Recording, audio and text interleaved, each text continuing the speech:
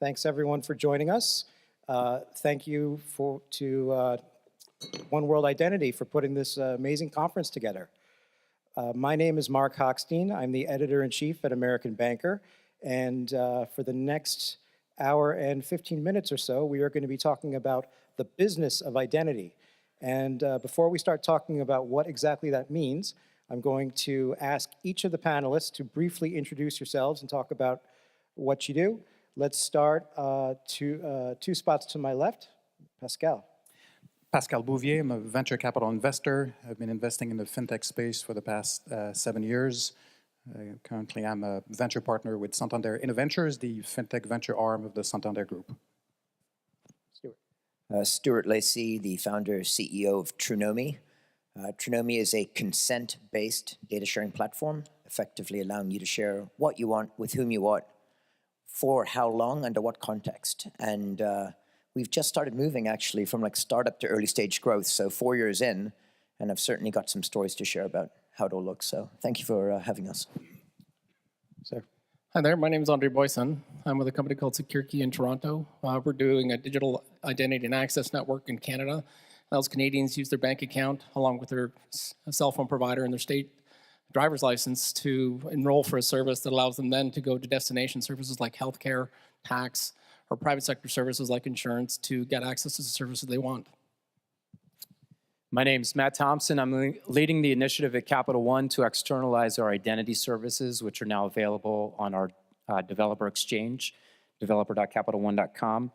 And building effective digital identity solutions is the problem that I enjoy working on the most. Prior to joining Capital One, to be a part of this initiative, I co-founded a company called ID.me. And they've got a booth downstairs as well. Yep. So I want to start by just going to the title of this session. You know, when people talk about identity, historically, you know, there was this whole sort of sector we called identity and access management, which was an enterprise software thing.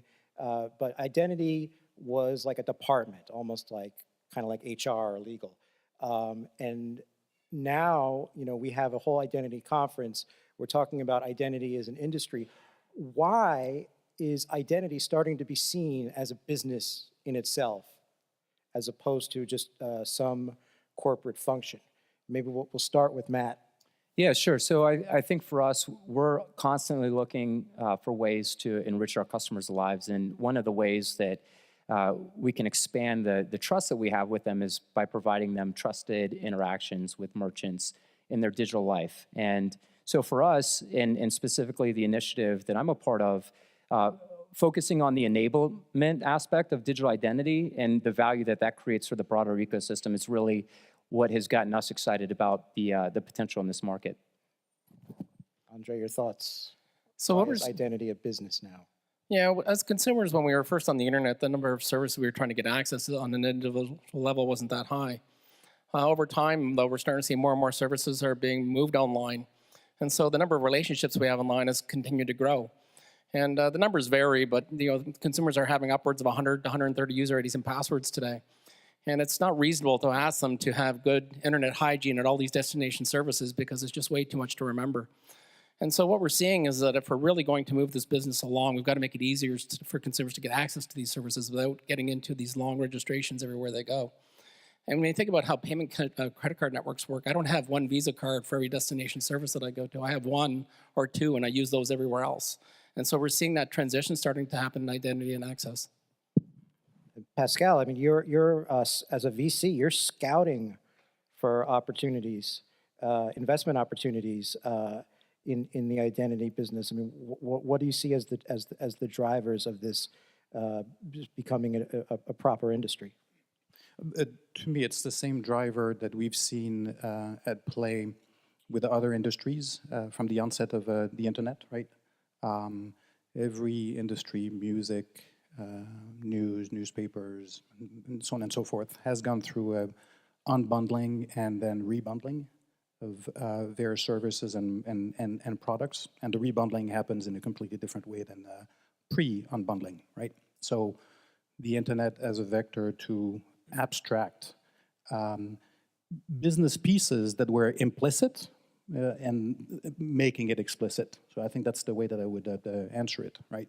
We are unbundling identity, which was embedded in a checking account, which was embedded in the trust that I put in yourself to transact with you and so on and so forth, because we have to make it programmatic, because we are interacting with one another and with entities in over the internet and in a digital way, and that forces us to rethink identity in order to deliver trust or privacy or any type of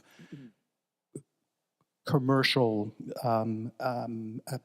paradigm in a completely different way than we did it prior. So to me, it's much more re-architecting and re-engineering as opposed to, oh, it's a brand new business right now. Can I just jump on that? Because I love the answers everyone gave. I'm just going to take a slightly different lens on it. And so Priceline spent $3.5 billion last year alone on Google paid per click. So you talk about business models, and people are spending massive amounts of money trying to figure out who they think people are and what they think they want so they can try and transact in goods and services. And so our lens on it is that possibly the largest asset class unrecognizable yet on the planet is your personal data. And that personal data needs to be connected so that relevancy in goods and services can be completed. And the root to that is your identity. And so, Facebook calls it a $15 trillion marketplace, the arrival of this new economy rooted in identity and allowing the de-anonymized utility of fully rich, relevant personal data. But you can't do that without binding it clearly and very importantly to the data subject owner, which is that identifier or the identity. So it's a massive space that's coming, not just in identity, but in all the services and business cases that haven't yet been figured out around how we access it. There's one thing that Pascal mentioned that I just want to kind of dig into a little bit. You talked about unbundling identity, and a lot of the complaints that you hear about the legacy identity system today are that it's too siloed. So, I think we might be talking about different dimensions here, but what does it mean to unbundle identity, and how does that fit with this whole idea of breaking down silos, which sounds like a bundling process rather than an unbundling process? It's a great question. There's some really good national programs like Real.me in New Zealand, but I can't come to DC and get a coffee with my Real.me. And so I don't think any one country, any one technology, any one standard will win the game, because you then give a monopoly thereby. And so argumentatively, if none of them can individually win, perhaps the only solution is that they all win, which means this concept of what many companies are involved in is this personal data store, this curative assembly of all of your attributes, DNA, location, history, and all of these amazing identifiers could be actually consolidated into that. By doing that, you actually have no silos. Rather, you have a tapestry, if you will, of all of your identifiers. And through that, you can then opt in and share the relevant, necessary data minimization with each and every counterpart, which is different thereby in each relationship, different by service, different risk regulated, different economy, different market. And I think that's fascinating, because then it doesn't bind you to one silo. It allows a plurality and a curative relationship, which means you can actually manage and improve your position and your identity over time. What you're talking about, we've heard in various different iterations visions like that for a long time. There was, going at least back to Microsoft Passport, this idea of a personal data store, personal clouds. Now people are talking about self-sovereign identity, but this goes back to at least the 90s. Andre, why have previous attempts to create that sort of personal control over data not succeeded, and why might this time actually be different? To go to the problem why it's not succeeding today is we've got double diffusion. We don't have enough mass in the consumer space with people having the stuff they need to get to the destination service. And consumers aren't bothering to get this stuff because there's not enough destination services that accept it. Right now, every destination service acts on their own. So we're seeing in social media this is already starting to happen. I can use my Facebook account or my Twitter account to link multiple accounts together, and that's better for me as a consumer. So consumers are starting to opt for this as a mechanism to make their life a little bit easier and avoid taking on yet another user ID and password. But we're also seeing the economics for business here are also quite compelling. the government of Canada, the services that we're operating with the banks in Canada, in the period 2004 to 2012, the government of Canada spent $1 billion authenticating 8 million Canadians. In the subsequent period, going 2012 to 2018, which is the length of the first contract we have with them, along with a companion service, their costs are going to come down from $1 billion down to roughly $200 million. So $800 million in savings by going to a federated authentication service. And so we can see Is that cost going away, or is it just shifting? no, it's a permanent gone cost. It's taken a cost out of the service. What was happening is the government of Canada, like any high assurance service, has to have pretty good assurance, you are you, before they can serve up data. And the challenge is, as consumers, when I go to our tax authority, it's called Canada Revenue Agency, that's our IRS. I go there once a year, and every single time I go, I've forgotten the password. And they can't serve the data to me until they know what it really means. So password recovery through email won't work. They actually have to send me a piece of mail with what's called a PAC, a personal access code, which takes 2 weeks to get to me. And then maybe I'll type that thing back in the internet so I can recover my account. So every time I did that, that cost them $40. So now Canadians are able to use their bank accounts to get their government. And this has been transformational. The number of people doing transaction line has gone way up. Their business assurance, their confidence that I am who I claim to be is actually quite high because it's attached to my bank account. And the good thing about my bank account is I guard it carefully. So unlike my CRA account, if I lose access to my CRA account and a crook took it over, when I go back, I'll just assume that I've forgotten the password, when the truth is the crook's got it. And so the fraud continues. Whereas when I use my bank account to get to government, if I can't get into my bank account, I wouldn't be here right now. I'd be over at TD trying to get sorted out. And so it's this user behavior that provides the trust in the model. People go to their bank a lot more frequently than they go to the government. Exactly right. So that gets to why is it changing? The economics there are now for the businesses to do this because it's going to take so much cost out. So if we can save that much money on authentication, how much money are we going to save when we get to identity? When we look at things like bank registration or getting a new cell phone or signing up for a healthcare service or on and on and on. Can I add 2 quick additional points as well? I mean, one of the reasons that we have seen a lack of adoption of some of these personal cloud or personal security initiatives, which I think are valuable for us to learn and improve going forward, is that the user has to see some kind of clear value of enrolling into one of these trusted identity services. The second aspect is a lot of these companies that have tried in the past have had a unilateral approach to this. And one of the things that I think you'll see and hear throughout the rest of this conference, you already have with opening remarks and some of the earlier sessions, is that there needs to be collaboration in this space for us to be effective. No one of us does this wholly, to the best level possible, but we can work together in relationships like you see with SecureKey and the banks in Canada to enable more trust in the broader ecosystem. And that raises an interesting question too. Canada has, compared to the US, a much smaller number of banks.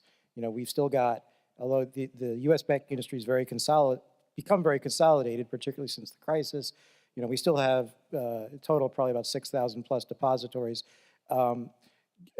Given how hard, standards and things like that are to coordinate, can we replicate the SecureKey model or do something like that here in the US? My own view is absolutely yes. So our model's got 3 or 4 pillars that it's built upon. It's the federal government, state government, banks, and telcos. It's the 4 of them working together that is going to make this work. And so in any country, like the US or any other country, it's going to be to that country to decide what is going to be bank-led, is it going to be telco-led, where will it be government-led? But even in the US market here, like Canada, most Americans will have more than one bank account. So if you look at the 2 accounts together and then do a cross-section of the big banks and the regional banks together, you can actually get to a pretty credible service quite quickly. Even despite the fact you have 3,000 banks here, you can get to a very credible service quickly because of this user behavior having more than one bank account. Let me take that counterpoint. I will say no to your yes, and to me, you have to get back to the types of use cases that are going to federate enough users like you and I to use a certain solution, and it's doubtful, in my opinion, that it would happen via a pure market solution. You have to have some type of governmental quote-unquote intervention. So if you don't like the word intervention, maybe a nudge might be a little better. If you look incentives. Incentives, right.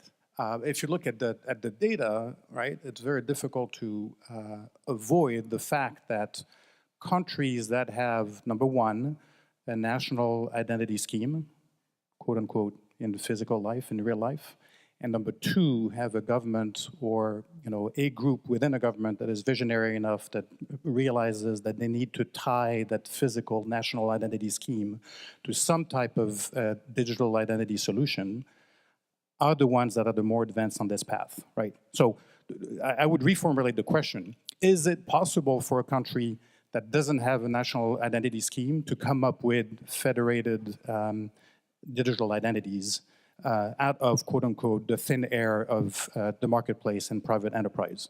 And my answer, I'd love to get everyone's views, is without a nudge or an incentive, not necessarily a fiat, legislative flight, it's going to be very, very difficult to happen because, and I get to I think one of you made the point, identities, one, are so plastic, two, are so complex, and the value chain to deliver something that both delivers privacy, security, and a high proof of validity of an identity, it's non-trivial, right? Not one startup or individual or standards body is able to deliver something like this. Can I just add a rebuttal? Because I want to, you raised actually a very important point. So in the Canadian model, what made the model successful in the end is the government of Canada said by fiat, actually, that all government departments must use the service. It wasn't an optional service. And when you compare that to the IDSG initiative and what the US government did, they made it optional. And so when you get all of the government departments saying, basically, I'll come when the banks are there, and the banks are saying, I'll come when the government is there, you're pushing maybe against maybe, and it never happens. And so that's one of the big reasons that the Connect.gov thing really never took off.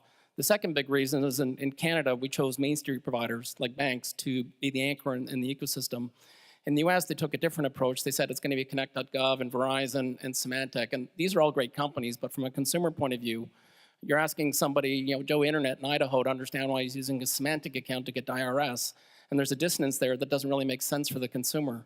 So if we're going to do these pairings, we've got to pick things that kind of make sense to the consumer and where trust actually exists. This motivation recover point that I made is going to be important if we're going to make the thing happen. When you said government fiat, I envisioned one of those executive orders from the White House. Well, Marc, I was just going to mention that. Didn't used to be a bad thing. We make identity great again. Sorry. I'm not going to follow on that. What I think is necessary is we need to remove a little bit of what I call jurisdictional bias sometimes from our conversation. Whilst I fully agree and support a lot of the things that are the learnings in Canada, and we're sitting in a US auditorium, so there's very relevancy here for the US. If you look at your life and your interactions, how many of you travel? How many of you buy goods and services over the internet? How many of you might have kids or family members overseas? How many of you, if you just look through the complexity of that, and the customers we're working with, PwC, KPMG, FIS, Fujitsu, their lens is completely global because they have to harmonize across more than just one market. So if you're going to be a valid vendor to a company of that scale, you have to be looking across a broader lens, I think, than a single jurisdictional bias. And so to answer your point about drivers, one of the big ones is obviously, you quote an incentive, then there's the disincentive reg, right? Mm-hmm. So across Europe, there is this massive regulation called General Data Protection Regulation. Why it matters is the fines start in May of next year at 4% of global annual turnover per infraction. 4% of your entire turnover per infraction. Now, you might say, oh, it's Europe, but it actually applies extraterritorially to the entire planet, to anyone and everyone using any EU citizen data or marketing to an EU citizen. So if you're a company above a certain SME standard, you now have to worry about that, and you have 12 months and 7 days before the fines start. It's law.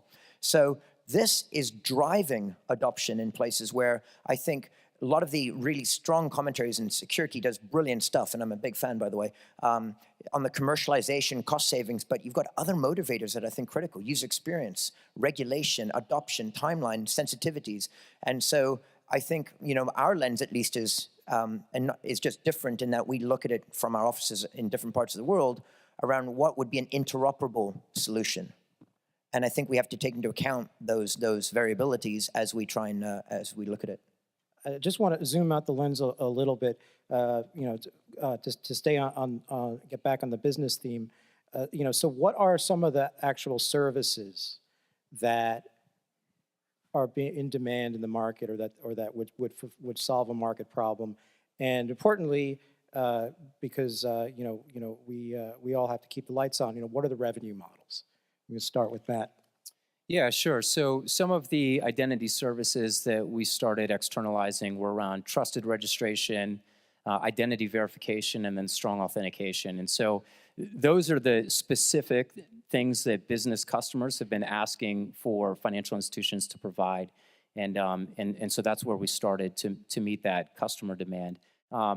As far as the actual revenue models around this, look, there are models that exist today around how identities are being monetized, both transparently through models like what you see with the SecureKey model, where a user can consent, versus some of the Facebook type models or social media type models where the data is being sold in a marketplace. And so the motivation for us is greater than just a revenue opportunity. It's again around expanding that relationship of trust that we have with our customers.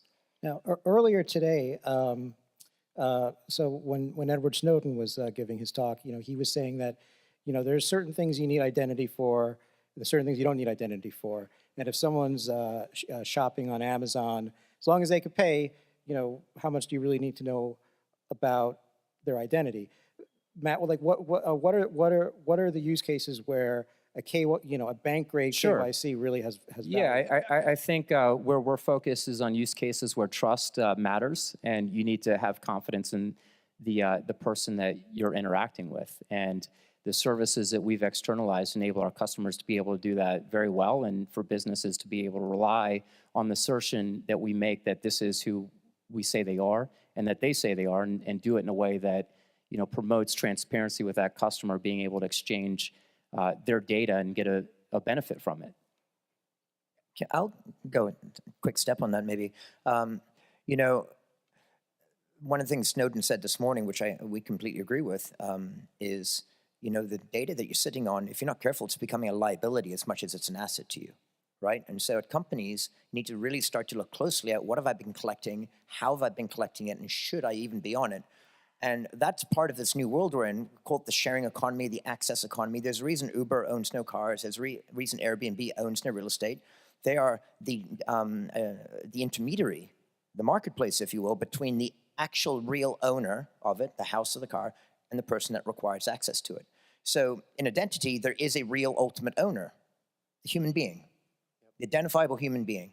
And so if we take a lens as to what is the largest threat in the market, if you want data minimization, which means judicious, transparent, and trusted use of the necessary information for the period of time it's needed, then as an individual, what do we want? We want to be able to control on a rights-based way what I grant, judiciously with whom, for what reason, for how long, and then I want to be able to rescind it.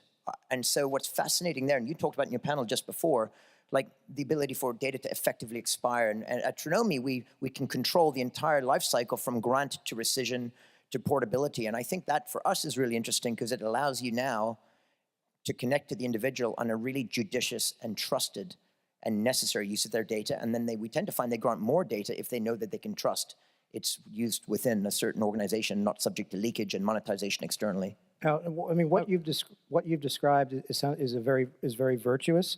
But I got to imagine for corporations, that's got to be a hard sell, because there's this mindset that, I think probably a lot of the people in this room would agree that customer data is toxic waste.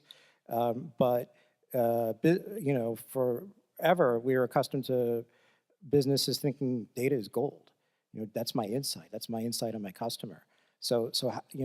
Yeah, but first, second, third-party data, this is how the world runs, right? And a lot of that data has been anonymized. And why it's anonymized? Because you don't legally have the rights to it, so you have to remove PII from it. Well, why wouldn't you just go to your customer and have them grant you rich, relevant, recent, and fully personalized, de-anonymized data? Because then your AI is 100 times more powerful because it's garbage in, garbage out. If you're putting in really good data, you get a much better understanding of your customer. So pseudonymization and anonymization of data, I think are actually trends which are going to change, and it's about relevancy for the customer, and I think that can be achieved through a richer interaction with them. Well, several points here. To your toxic waste comment, I think that beauty is in the eye of the beholder, and it depends on your point of view. So, if you know or believe that there is some type of liability tail to the data that you hold or that a third party holds and provides to you, then you're going to view that as toxic. If you believe that you're removed and ring-fenced from that liability tail, then you're going to go, it's gold because it's, I need to monetize it. And artfully so, at least in this country, maybe in the EU, we're moving towards a different paradigm because of GDPR. I defy, or I'd love if there are lawyers in the audience to tell me exactly who owns, quote unquote, our data, right? Our data and metadata on payments. Does the bank own it, or do we own it? The data that we put on social media, do we own it really, or does Facebook own it? You mean legally or morally? Both legally and from a practical point of view, when our data is in some cloud server that we don't have full access to immediately, right? So we know for sure that tangible assets have very clear ownership.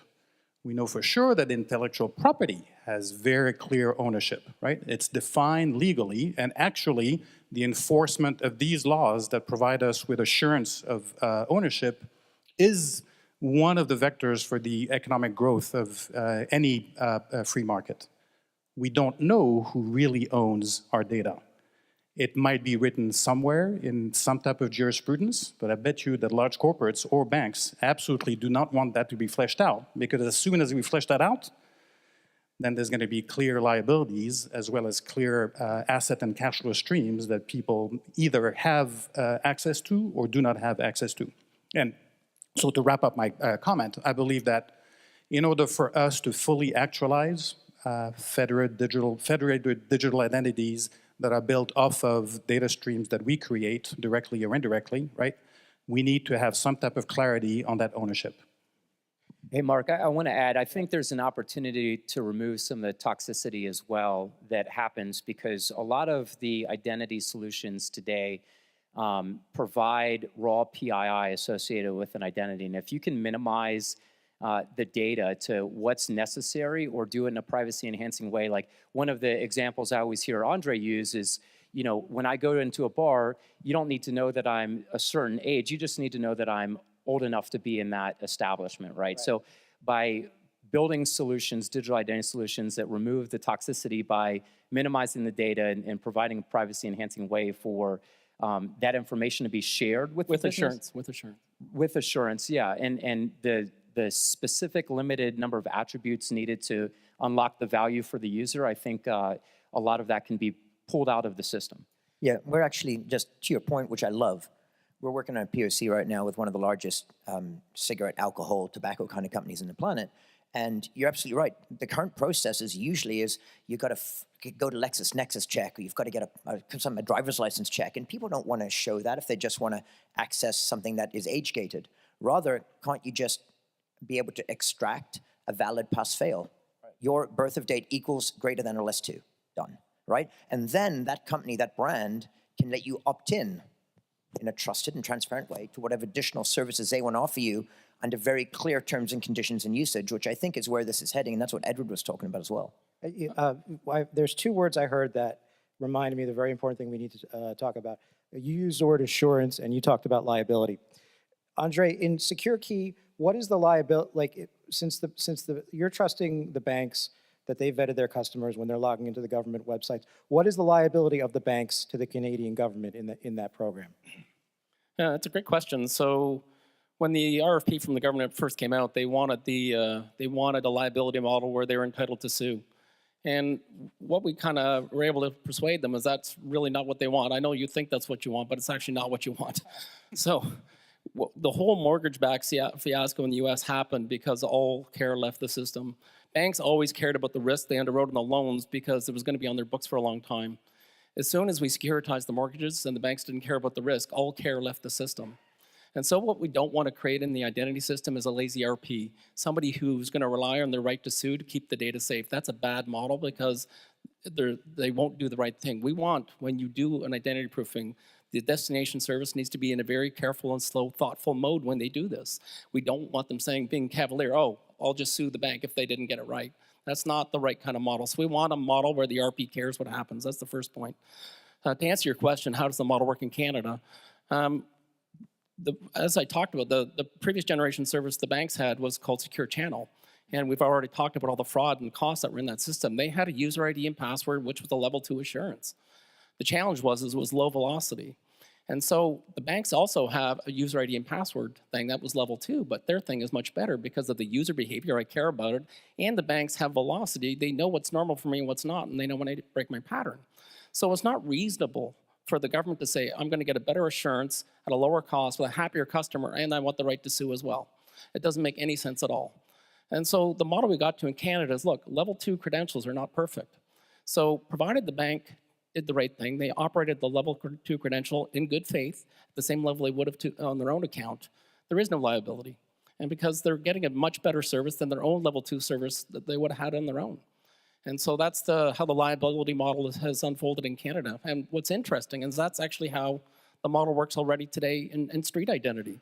When I use my TD bank statement to sign up for Service Ontario healthcare service, Service Ontario has zero recourse back on TD if the information that TD had on that statement isn't right.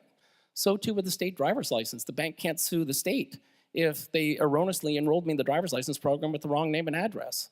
And so there's zero liability already when we do in-person proofing. So we need to keep the care in the right place, which is at the destination service where the consumers try to access this thing. We want that destination service to be careful when they're doing it. So a liability model where they get to sue isn't the right model.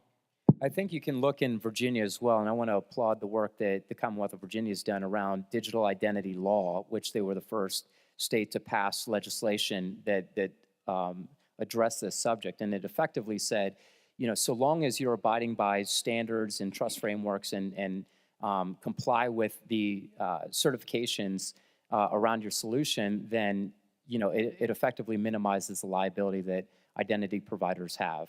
And I think that's a good model to look to. Pascal, you? But actually, I love what you just said here. Formulaically, the higher the assurance, the lower the liability.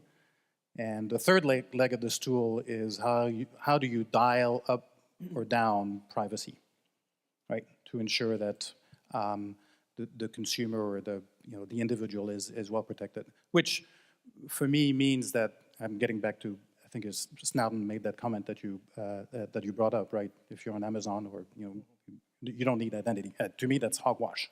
You don't need to show who you are. I don't want to show to everyone completely and transparently that I'm Pascal with all these attributes, but I want to make darn sure that I can prove that I am who I am, which is somewhat different than showing, opening up the kimono. Well, if you're good for the money to buy a book, and what else do they need to know about you? Yeah, but I think that's either a false positive or false negative, depending on how you understand. Obviously, if you're good for a book, but replace book by anything else. We don't live in a completely free and 100% libertarian society, right? My rights and my freedom stops at the doorstep of your right and your freedom, and you have to be conscious of what you do and how you interact with people. So if you want to get back to, a tribe level, 150 people or less interaction where people intimately and that's enough for you to transact, then that's fine. But we don't live in this world. We have to give some type of assurance of who we are based on the things that we do in an ethical manner, and make sure that we don't, interact in unethical manner, or that we have people that willfully interact in unethical manner. I mean, to me, that's the way that I would pose the problem. So again, high assurance, low liability, and the right dial for the privacy aspect. And equally, just for 10 seconds, some of the biggest economies on the planet subsist on having to be able to prove that. So Amazon may not be one, but banking, insurance, healthcare, education, travel. I mean, you have to present and authenticate some level of yourself to get most of the medium plus value services that we go. So we can't necessarily, I think, look away from that lens and just think about retail cases. Although with your comment, I totally agree. it needs to be risk adjusted to the service. Yeah. So time is flying. So I would like to open up the conversation to the audience who have questions for the panelists. Sir, in the front row. We have microphones at the corner so everybody can hear you. Yes, there are microphones. I'm sorry, there are microphones on both sides of the room. So line up. So Pascal, you asked a lawyer, and I'm a lawyer, but I don't practice civil litigation, who owns identity. So who owns your house? You may think you own your house because you've got a deed and a piece of paper to prove it. But if you go on a journey for a month, squatters move in, and possession is 9/10 of the law.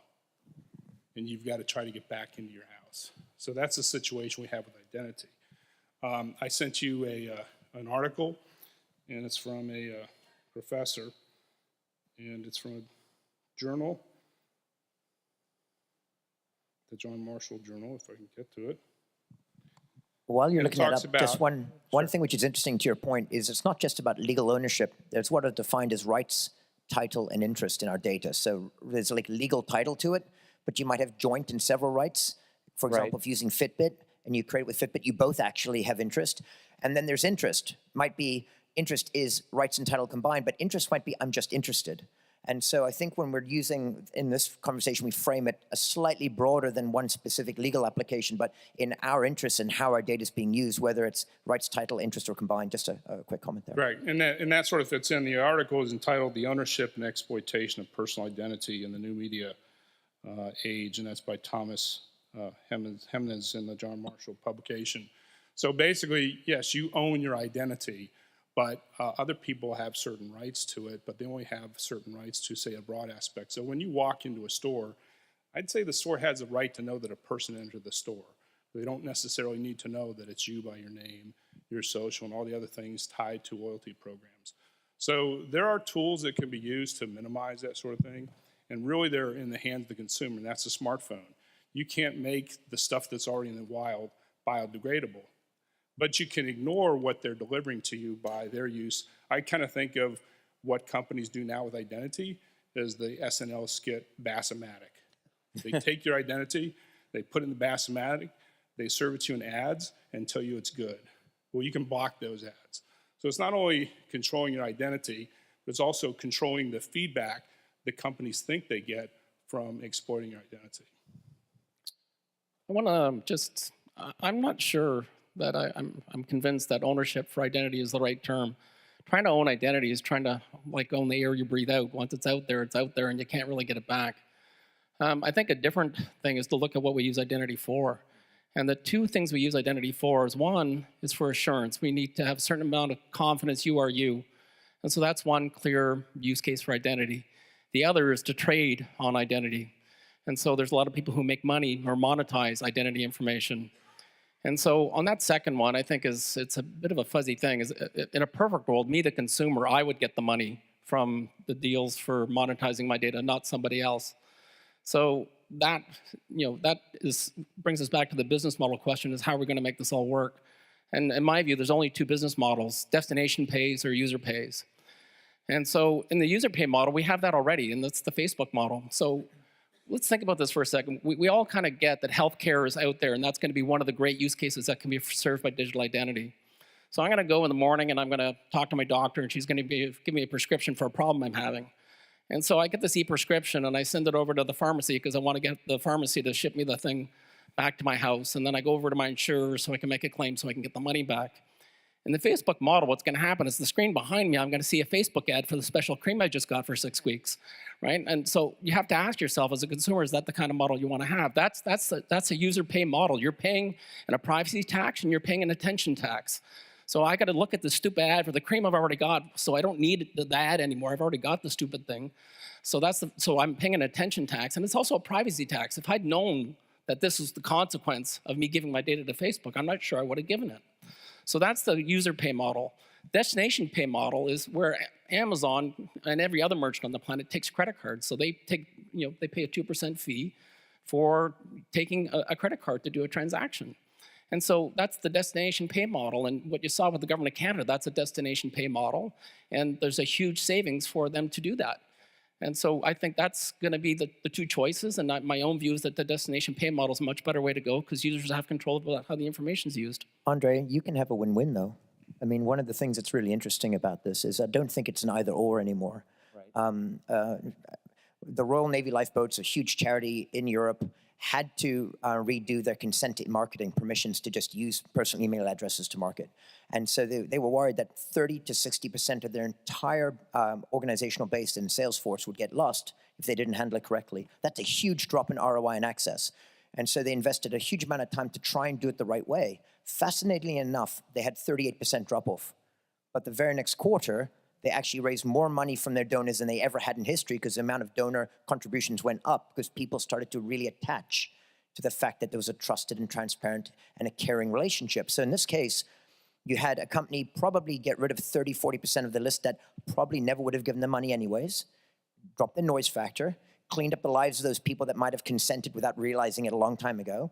They gave richer relevancy to the people that were interested, and those people gave greater donorship, and the charity did better. So there are ways in which this can be done that all parties win, and I think we reduce the noise. And so I love those models. No, I agree with what you said. Sorry, I was trying to be, the problem with the Facebook model is the users don't know what's going to happen. The average consumer data, as you point out, at Facebook is worth each of us is worth about $60 a year to Facebook. And most of us wouldn't pay that $60 to use the service. And we're not seeing those trades that are happening. And it's the fact that there's no visibility to the value of the trades to the consumer that's the problem. When the user gets to see the value and they participate, then I think that the dynamic changes. So I agree with your point. We have more questions? Yes. So I'm not sure the Canadian model works for the U.S. in terms of depending upon the banks. Now, I know, Marc, I'm Bill Cunningham, so I've published a couple. How you doing? Published a couple of comments on Bank Black in American Banker. The issue with the American banks is this. I don't know if you guys have read this book, Chain of Title, but it explicitly goes through the unethical behavior on the part of every financial institution in the U.S. Here's the thing with Canada. Your banks were not as crooked as the U.S. banks in the years leading up to the financial crisis. No, it's true. You guys were not impacted by the financial crisis to the same extent that we were in the U.S., driven by the financial institutions. So I'd question that. Here's my other question. What are you guys seeing with respect to identity products in the African-American community or identity products that are targeted to that sector? Thanks. So one of the biggest challenges, we've got 2.5 billion people, in the world that don't have institutions in the country they live in that can help them solve these identity problems. And so I think things like ID 2020 and programs like that are going to allow those people to become part of the modern digital economy. So I think that is the right model forward, where consumers can use self-sovereign ID to become part of the digital economy is the right way to go. Yeah, totally agree. That empowerment, I don't know if Mike Kubensky is here from ON, but there are a lot of large groups that care deeply about the idea that if you can actually assert your own identity and then use that as currency, which is 59% of the world's adult population doesn't have a basic bank account. If you can use that, instead of leaking that value out to some satellite overseas, you can actually have that virtuously stay within your family, within your community, and that's incredibly impactful in many of those. And so it's personal empowerment and access to basic financial services are all led by some smart way that you can port identity very quickly over a smart device. Matt, is there a financial inclusion play? Yeah, I guess I would like to respond to that comment. First, there was a book that just came out that basically damned all Harvard Business School grads, of which I'm very proud to be one, saying that the root of all evil effectively originated at Harvard Business School. So, I wouldn't read everything or believe everything you read. I'm not saying that banks are perfect. But again, to carte blanche, damn the whole industry is a little bit overstepping from my perspective. Secondly, one of the things that I'm very proud of at Capital One is the focus we have on inclusion and diversity. As a veteran, I'm very active in initiatives to help serve veteran populations. Capital One was a part of sponsoring the African American HBS Alumni Association, which I participated in that event. So we have a lot of efforts around how do we engage different populations, understand their needs, and build products that help solve those. So I would absolutely say that a part of our solutions, especially in consumer identity, which need to be able to support everyone of every type of different background, are focused on engaging those diverse populations, understanding what resonates with them, and how to best design products that support their needs. Sir. I just want to hear the panel said opinions on what do you guys think, like society, how society come to kind of think about what's the minimum requirement for identity. One example would be like for Uber, Lyft, like when the drivers, whether it should be fingerprint or not, right? That's a big kind of argument or debate going on, whether we should fingerprint the drivers or not. So how does that society come to kind of the norm for what's minimum requirement for identity for each service? And also when do you think kind of digital identity can be maybe replace a physical identity or maybe kind of be a big player in the economy? So maybe I'll start. I don't think we're going to see it. It's not one or the other. One of the things that I believe is that street identity, the stuff we use when we're in person and the stuff we use online, today they're different and they kind of live a different life. What we're seeing is these two things are starting to coalesce and become one thing, and I think that's actually healthy. The challenge is that my digital identity, I have 130, and I don't know what it's doing right now. If there's somebody doing a transaction with me on Twitter right now, I'd have no way to know. My physical identity, on the other hand, is in my pocket, and then if it's not there, I'm going to notice quickly, and I'm going to do the right thing. Not because I promised the state that I would tell them, but I'm going to do that because I'm terrified whoever got my driver's license is opening bank accounts and getting new cell phones in my name. So it's this user behavior that's so important in making digital identity trustworthy. And so that's the thing we've got to get to, is how do we anchor digital identity in things that users care about, things that they're going to notice quickly, that if they're missing, and more importantly, that they're going to report them missing so that they get to be, cease to be useful in the hands of the person who found them. On your question of biometrics, I think, particularly as it relates to government programs, my own sense of it is that we have to provide consumer choice in these things. If we compel biometrics, people will find it creepy and they won't participate. If in the US here, or even in Canada, you said you had to get your retina scan to get a passport, there'd be national outrage. If, on the other hand, you tell people they can get through the airport faster by getting a Goes Traveler or a Nexus account, everybody signs up because they want to get through the airport faster. And for those people who don't want the retina scans, they continue to go through the slow line. And so that's how we, this biometrics thing, I don't believe in central biometrics registration is a good idea. But if we can do on-device biometrics that can allow consumers to have control of the biometric on their device, just as proof of possession and proof of rightful access, I think that's a good thing. And so, yeah, those are the two things that I see. I don't know if the other folks want to. I would say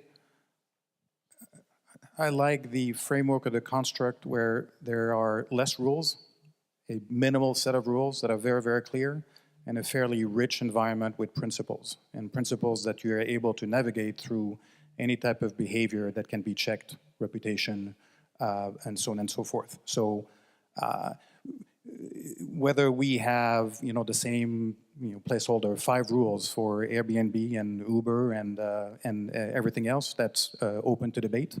But if we go down the path of, let's have 15 rules, 20 rules, 100 rules for this and that, then I guarantee that the system is going to break down. So I would answer from the meta level.